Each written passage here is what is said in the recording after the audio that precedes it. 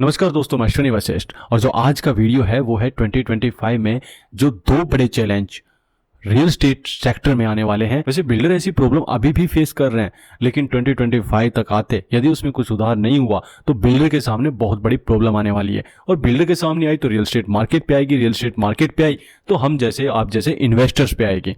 तो वो क्या है मैं उसके ऊपर बात करता हूँ। ये एक रिसर्च है जो कि ग्राउंड लेवल पर चल रही है और ये कोई रिसर्च फर्म नहीं करती, ये हम जैसे लोग करते हैं जो ग्राउंड पे रहते हैं। साथ में यदि आप ऐसा कंटेंट देखना चाहते हैं जो यूट्यूब पर ज्यादातर जो वीडियोस बनते होंगे आप देखते होंगे एक जैसे सेम उसी पे सब लगे पड़े हैं। मैं हमेशा जो देखता हूं मैं वही बोलता हूं, मैं दूसरे को वीडियो देखता ही नहीं। क्या ट्रेंड में चल रहा है मैं नहीं देखता, मैं सिर्फ जो मेरी रिसर्च पूरी उसी पे रहती है जो ग्राउंड में क्या चल रहा है। सो इस टाइप के वीडियोस देखने के लिए आप चैनल को सब्सक्राइब कर लेना। और हाँ, यदि न्यू मेंबर्स हैं और लाइक और शेयर करेंगे तो मेरा भी जोश हाई हो जाता है और मैं शायद और भी ज्यादा वीडियो इस टाइप के जल्दी लेकर आऊँ, क्योंकि मेरे बहुत सारे व्यूअर्स बोलते हैं कि 2-3 वीडियो डालते हो इनसे काम नहीं चलता, कम से कम महीने के 10 वीडियो तो डालो। तो मैं कोशिश करूंगा कि ज्यादा से ज्यादा वीडियो शेयर करूं और अच्छा लगता है ऐसे मैसेज आते हैं। साथ में 2025 के लिए क्यों बोल रहा हूँ, क्योंकि इनमें दो चीजें हो जाती हैं। एक क्या होता है कि बिल्डर पपेट्स ये बात बोल सकते हैं कि भाई अभी तो बहुत अच्छी मार्केट चल रही है, फिर आप ऐसी बातें क्यों कर रहे हैं। हाँ, मैं बिल्कुल जानता हूँ। डीएलएफ है, डीएलएफ के पास एक बहुत अच्छी रिसर्च टीम है और खुद एक अच्छा बिल्डर है, करेज कर पा रहा है, वो देख पा रहा है कि वो मार्केट ऐसी है कि पूरे इंडिया की सबसे महंगी सोसाइटी भी बनाकर सेल कर पाएगा। और इसीलिए गुड़गांव में उनकी न्यू सोसाइटी, उनका न्यू प्रोजेक्ट आने वाला है जिसका नाम होगा डेली आर्च। अब पिछले कुछ दिनों की बात करें, स्मार्ट वर्ल्ड जो कि कोई पुराना बिल्डर भी नहीं है, उसने सेक्टर 69 में 900 यूनिट सेल कर दी और हर एक यूनिट का 4 से 5 करोड़ का रेट था। कोई बड़े बिल्डर की बात नहीं करता हूँ, मैक्स स्टेट है, 4100 करोड़ का बिजनेस कर लिया इसने प्री सेल्स में। और सिग्नेचर ग्लोबल ने तो इनको सबको पीछे छोड़ दिया, 5900 करोड़ का प्री सेल्स में बिजनेस कर चुका है हाफ ईयर में। मैं भी जानता हूं मार्केट बहुत अच्छा चल रहा है, आपके पास आंकड़े नहीं होंगे, मैं तो वो भी बोल रहा हूं आपको, वो भी बता रहा हूं। सो जो सबसे बड़े जो चैलेंज है ना, मैं उनकी बताता हूं आपको।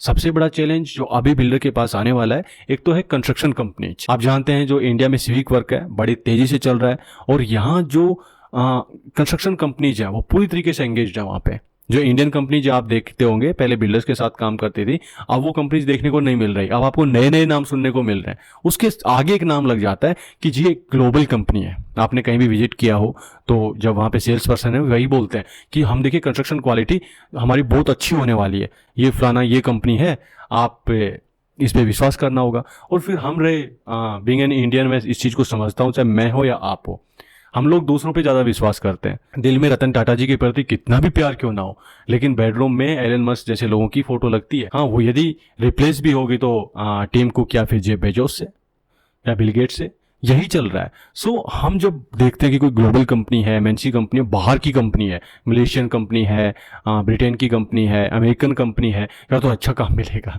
ऐसा कुछ जरूरी नहीं होता। लेकिन चलिए फिर भी मैं उसमें मान लेता हूँ कि एक ग्लोबल कंपनी है, ठीक ठाक काम करेगी।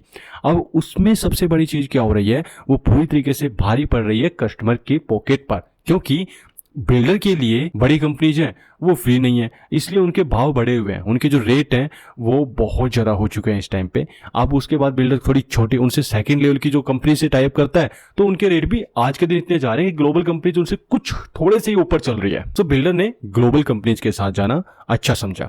अब इसके बाद क्या होता है, आप कहेंगे कि हाँ इसका रास्ता है तो सही, जो बाहर की कंपनी जो वही काम कर देंगी। तो प्रॉब्लम क्या हुई, प्रॉब्लम ये है इससे भी बड़ी। यहाँ तो चलो ठीक है बिल्डर कुछ कर लेगा, भाई आपकी पॉकेट पे भारी पड़ा बट कर लेगा। यहाँ प्रॉब्लम आती है स्किल्ड लेबर की, क्योंकि जो आज की टेक्नोलॉजी है, जिस तरीके से कंस्ट्रक्शन हो रही है, माइवन टेक्नोलॉजी या जो भी बिल्डर ने न्यू टेक्नोलॉजी को अडॉप्ट किया है, उस वजह से स्किल्ड लेबर की बहुत भारी प्रॉब्लम है। और मुझे याद आ रहा है टीम कुक ने एक बार बोला था, उनका इंटरव्यू मुझे याद आ रहा है कि हम चाइना में इसलिए नहीं है कि वहां पे सस्ती लेबर है, सस्ती लेबर तो और भी कहीं मिल जाएगी, लेकिन हम इसलिए हैं क्योंकि वहां पे स्किल्ड लेबर है। और हम यदि 4-5 घंटे के अंदर अंदर वहां पे स्किल्ड लेबर किसी भी इंडस्ट्री में, चाहे आप 2 लाख चाहिए चाहे आपको 20 लाख चाहिए, आपको मिलेगी। ये जो उनका सबसे बड़ा पॉजिटिव पॉइंट्स है। इंडिया में वो चीजें होंगी, धीरे धीरे होंगी, क्योंकि जैसे जैसे इंडस्ट्री ग्रो करती जा रही है लोग भी उससे जुड़ते जा रहे हैं तो वो स्किल्ड भी होते जा रहे हैं। लेकिन मैं यहीं एक बिजनेस अपॉर्चुनिटी भी निकल कर आ रही है। ह्यूमन रिसोर्सेज से जुड़े हुए लोग कह सकते हैं कि भाई हम भी परेशान हैं, हर इंडस्ट्री में ऐसा ही है। नहीं, जो गैप रियल स्टेट इंडस्ट्री में इस टाइम पे बना हुआ है स्किल्ड लेबर का, वो किसी इंडस्ट्री में नहीं है। और अब जिस बिजनेस अपॉर्चुनिटी की मैं बात कर रहा था, वैसे आपको फीस देनी चाहिए मुझे, सॉरी, जोक्स पार्ट। देखिए, पहले कहते थे जहां आवश्यकता वहां इनोवेशन, आज जहां आवश्यकता वहां बिजनेस, और यही हो रहा है यहाँ पर। जब मैं इसे एक्सप्लोर कर पा रहा हूँ, जब कंस्ट्रक्शन कंपनीज के साथ बैठते हैं, तो एक चीज सबसे बड़ी प्रॉब्लम आती है, स्किल लेबर कहाँ से हायर करें। और इसके लिए वो चाहते हैं कि कोई ऐसे बंदे, और मैं आपको कहूंगा कि जो यदि कोई सिविक वर्क से जुड़ा हुआ बंदा है, मैं तो कहता हूँ जॉब छोड़िए, इस बिजनेस में आ जाइए। रियल है, आप अपनी लाइफ को तो चेंज कर ही पाएंगे, देश की आवश्यकता को भी पूरा कर पाएंगे, इस इंडस्ट्री की आवश्यकता को पूरा कर पाएंगे, और बहुत बड़ा पैसा बना पाएंगे। बस आपको इतना करना है कि लेबर उठानी है, उसको स्किल्ड करना है और उसको आउटसोर्स करना है। और यदि ऐसे किसी बिल्डर को, ऐसे कंस्ट्रक्शन कंपनीज को ऐसे बंदों की बहुत ज्यादा आवश्यकता है। आपको कहेंगे कि यार आपने बोल तो दिया, लेकिन हमें कहां से मिलेंगे। मैं कहता हूं आज के दिन 3 से 4 कॉन्ट्रैक्ट आज दिला सकता हूं, क्योंकि मैं देखता हूं यार उनको आवश्यकता है, और कोई फीस कोई चार्ज नहीं है। बट हाँ, यदि आज भी कोई ऐसा बंदा है तो मुझे व्हाट्सअप कर सकता है। ओनली व्हाट्सअप, अपनी पूरी प्रोफाइल लिखना, बताना कि क्या है क्या नहीं है, मैं नंबर शेयर कर दूंगा, जाके मीटिंग कर लेना। बट जेन्युइन बंदा, ऐसा नहीं कोई भी कर ले। सो एक नया बिजनेस निकल के आ रहा है इंडिया के अंदर। तो दो प्रॉब्लम है, उन्हें बिल्डर को पार पाना ही होगा यदि ऐसे ही ग्रो होना है। रियल एस्टेट इंडस्ट्री को ग्रो होना ही होगा यदि इंडियन इकोनॉमी को ग्रो होना है, क्योंकि गवर्नमेंट का प्लान भी है कि कम से कम 15% टोटल इकोनॉमी में इसका हिस्सा तो बने, और इसके लिए गवर्नमेंट काफी सारे प्रयास भी कर रही है। और न्यू कंटेंट, फ्रेश कंटेंट के लिए आप इस चैनल को सब्सक्राइब करें।